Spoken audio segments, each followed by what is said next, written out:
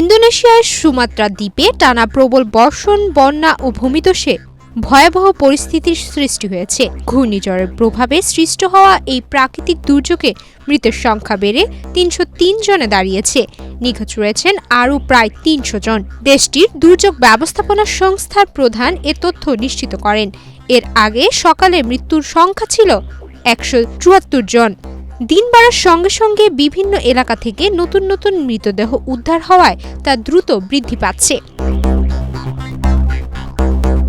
গত এক সপ্তাহ ধরে ইন্দোনেশিয়া, মালয়েশিয়া, শ্রীলঙ্কা ও থাইল্যান্ড জুড়ে ঘূর্ণিঝড়ের প্রভাবে ব্যাপক বৃষ্টিপাত ও বন্যা দেখা দিয়েছে।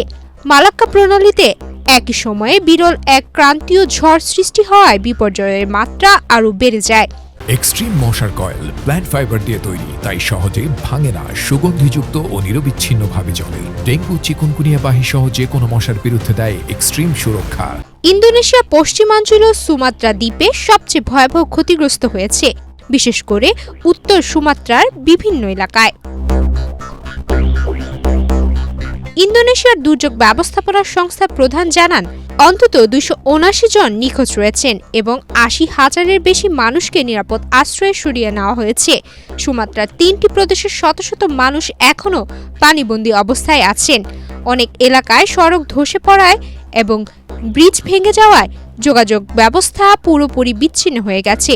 ফলে সেখানে ত্রাণসহ জরুরি সহায়তা পৌঁছাতে উড়োজাহাজ ও হেলিকপ্টার ব্যবহার করা হচ্ছে।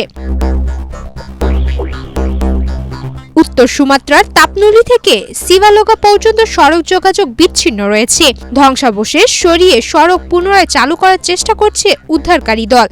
অনেক স্থানে সড়কে আটকা পড়া মানুষের খাদ্য, বিশুদ্ধ পানি ও ঔষধের তীব্র সংকট দেখা দিয়েছে। ইতোমধ্যেই সামরিক বাহিনীর উপস্থিতি বাড়ানো হয়েছে, যাতে ত্রাণ ও উদ্ধার তৎপরতা আরও জোরদার করা যায়। সবচেয়ে বেশি ক্ষতিগ্রস্ত তাপনুলি অঞ্চলে অস্থায়ী বিশৃঙ্খলা সৃষ্টি হয় যখন কিছু স্থানীয় বাসিন্দা ত্রাণ সামগ্রী লুটের চেষ্টা করেন। পরিস্থিতি নিয়ন্ত্রণে আনতে নিরাপত্তার জোরদার করা হয়েছে। ইন্দোনেশিয়ার এই বিপর্যয়ের পাশাপাশি মালাক্কা প্রণালীর অপর প্রান্তে থাইল্যান্ডেও বন্যায় ব্যাপক ক্ষয়ক্ষতি হয়েছে। দেশটিতে মৃতের সংখ্যা বেড়ে দাঁড়িয়েছে ১৬২ জনে। ঘূর্ণিঝড়ের প্রভাবে সৃষ্ট বন্যা এই অঞ্চলে ধারাবাহিক মানবিক সংকট তৈরি করেছে। ইন্দোনেশিয়া কর্তৃপক্ষ জানিয়েছে, পরিস্থিতি এখনও জটিল ও মৃত নিখোঁজ সংখ্যা আরও বাড়তে পারে। ক্ষতিগ্রস্ত অঞ্চল উদ্ধার তৎপরতা ও ত্রাণ কার্যক্রম অব্যাহত রয়েছে। সুমাইয়া মিতু, বাংলাদেশ প্রতিদিন।